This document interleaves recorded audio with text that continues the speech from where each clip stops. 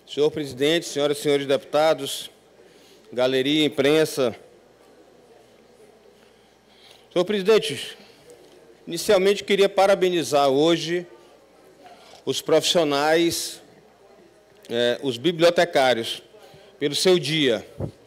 E aqui fazer um registro que o nosso governo tem, sem sombra de dúvida, deputado Carlinhos Florencio, valorizado também essa categoria.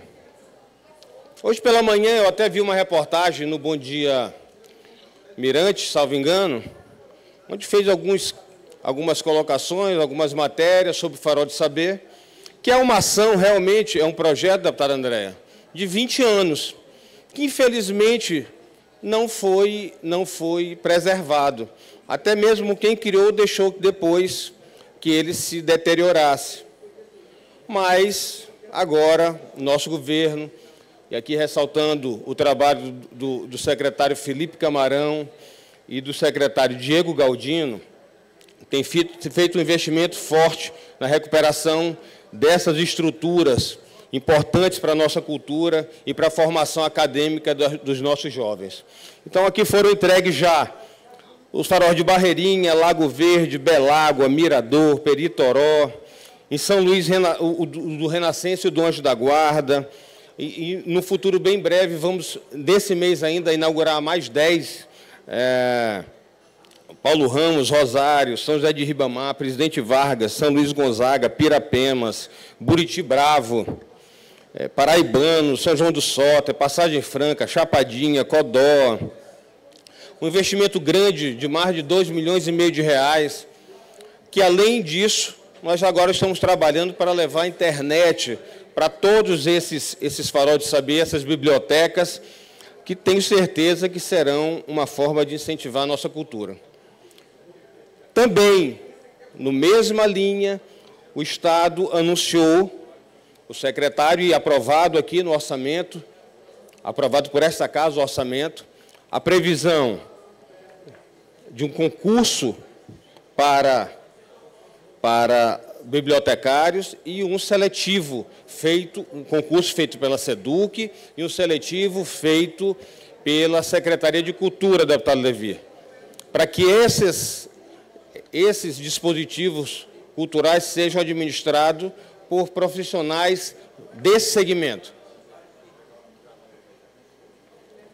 Nos últimos dias, infelizmente, eu acho pela proximidade das eleições, eu vejo alguns membros da oposição com que eu tenho dito que são vozes do agouro, que fazem questão de tentar, primeiro, desvirtuar a verdade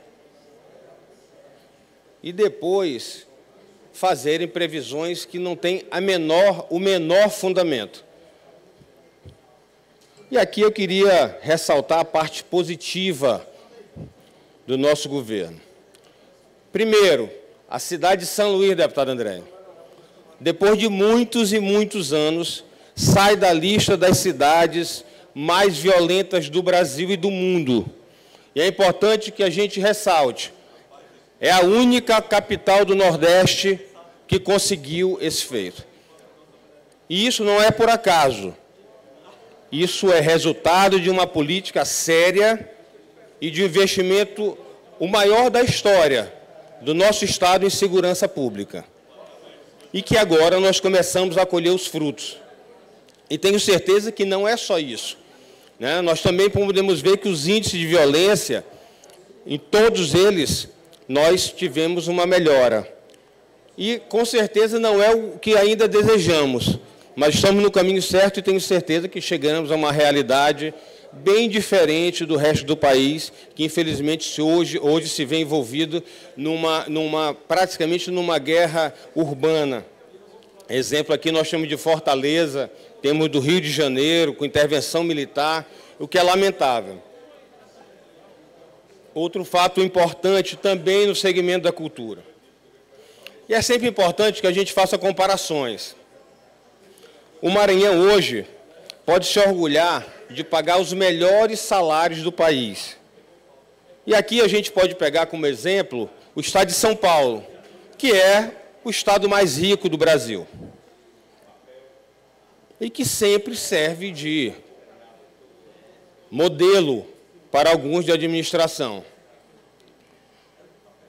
O Estado do Maranhão, deputado Coutrinho, paga o dobro dos salários de professor do Estado de São Paulo. De 40 horas. Paga quase o dobro no de 20 horas. O governo do Estado do Maranhão paga quase o dobro para um delegado de polícia em relação ao Estado de São Paulo. Então, isso mostra a valorização que o nosso governo tem com os profissionais, tanto da segurança quanto da educação. E também da saúde, que depois de, acredito, mais de 20 anos, está tendo agora um concurso público para essa área.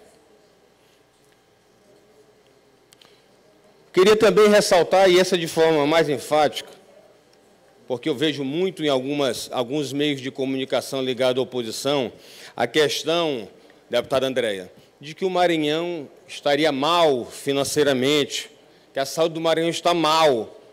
E parece que as pessoas que têm pego esse mote não deram muita sorte no time em que eles abordaram o assunto. Porque vieram, inclusive, da Rede Globo, mesmo sistema de comunicação ligado aos membros da oposição, o desmentido. E agora, recentemente, apareceu o ranking do PIB dos estados brasileiros. E a surpresa qual foi? Para quem todos os dias utiliza seus meios de comunicação para dizer que o Maranhão está quebrado, deputada Andréia.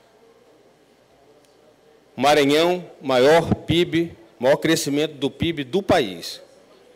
A média do país, 1%. O Maranhão, 10%. 10 vezes mais do que a média nacional. E aí, eu vejo alguns querendo colocar, cresceu apesar do governo. Mesmo com o governo, ele cresceu. Porque é da área agrícola e tal.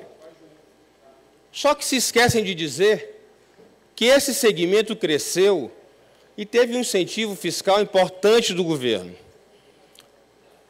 né, onde as alíquotas baixaram de 12 para 2, porque, infelizmente, alguns só olham quando existe um aumento, que nós não gostaríamos de ter dado, como do combustível, por exemplo, que nós tivemos um acréscimo de 1%. E, mesmo assim, o Maranhão tem o combustível mais barato do país, deputada Francisca. Então, isso demonstra de forma muito clara, muito transparente, que não existe nenhum arroxo, nenhuma carga tributária desproporcional. Infelizmente, existem necessidades que o Estado cumpra com suas obrigações. E aqui, voltando à questão do PIB, do primeiro do Maranhão. Então, qual foi o grande incentivo? Foi a diminuição da alíquota de 12% para 2%, que de forma intensa, forte, aumentou a nossa produção e a nossa comercialização. E aqui eu queria dar um dado muito importante, principalmente para quem diz que isso cresceu, deputado Wellington, mesmo apesar do governo Flávio Dino. Talvez algumas pessoas não saibam o nome da empresa, mas tenho certeza que conhecem a marca de arroz Tio João, conhecida no mercado. Nem maranhense é. Salvo engano, é de Goiás. Ela, deputado Wellington, tinha um incentivo fiscal onde ela pagava, apesar de não produzir e comprar arroz de outros países ou de outros estados, de 100%. Ela pagava 0 de imposto. Mas, mais grave ainda, deputada Andréia, ela não pagava isso através de um incentivo fiscal. Ela pagava através de um regime especial. E o que é a grande diferença disso? O incentivo fiscal serve para todos desse setor. Um regime especial para uma despesa específica, deputado Bira do Pindaré. Esse incentivo, onde a empresa Arroz Tio João pagava 0, só ela tinha. Mas ainda, para agravar ainda mais a situação, era de gaveta, nunca foi publicado. Era um regime especial que nunca foi publicado, que era uma exigência da lei. Então, o que nós fizemos? O incentivo que deveria ser dado para um setor, e que era dado apenas para uma empresa, nós agora concedemos, o governo Flávio Dino concedeu para todos do setor. E o resultado, deputado Bira, está aí, não é por acaso. Não é por acaso que o Maranhão tem o maior PIB, foi o estado que hoje teve o maior crescimento no seu PIB. Isso é resultado de uma política séria, planejada, de incentivos fiscais, deputada Andréia. Não era uma política como era utilizado de regimes especiais, onde, independente do segmento, eram dados para determinadas empresas. Eu acho que, tanto nesse segmento como na cultura, na educação, eu tenho certeza que, no futuro muito próximo, deputado Bira, o Maranhão vai ter a possibilidade de colher esses frutos. Que, sem dúvida nenhuma, a maior obra que o governador Flávio Dino vai deixar para o Maranhão é esse grande investimento na educação, porque ele será eterno. Obras podem se acabar, principalmente quando não se tem o cuidado em mantê-las. Um exemplo disso é o que eu falei há pouco aqui dos faróis do saber. Foram planejados há 20 anos, foram feitos, de fato, nunca funcionaram a contento, mas depois, mesmo quem os criou, os abandonou. E agora, diferente do que dizem que nós não damos continuidade aos programas de outros governos, quem está recuperando e colocando para funcionar como deveria funcionar desde o início é o governador Flávio Dino. Muito obrigado pela atenção, senhor presidente, era o que eu tinha a falar.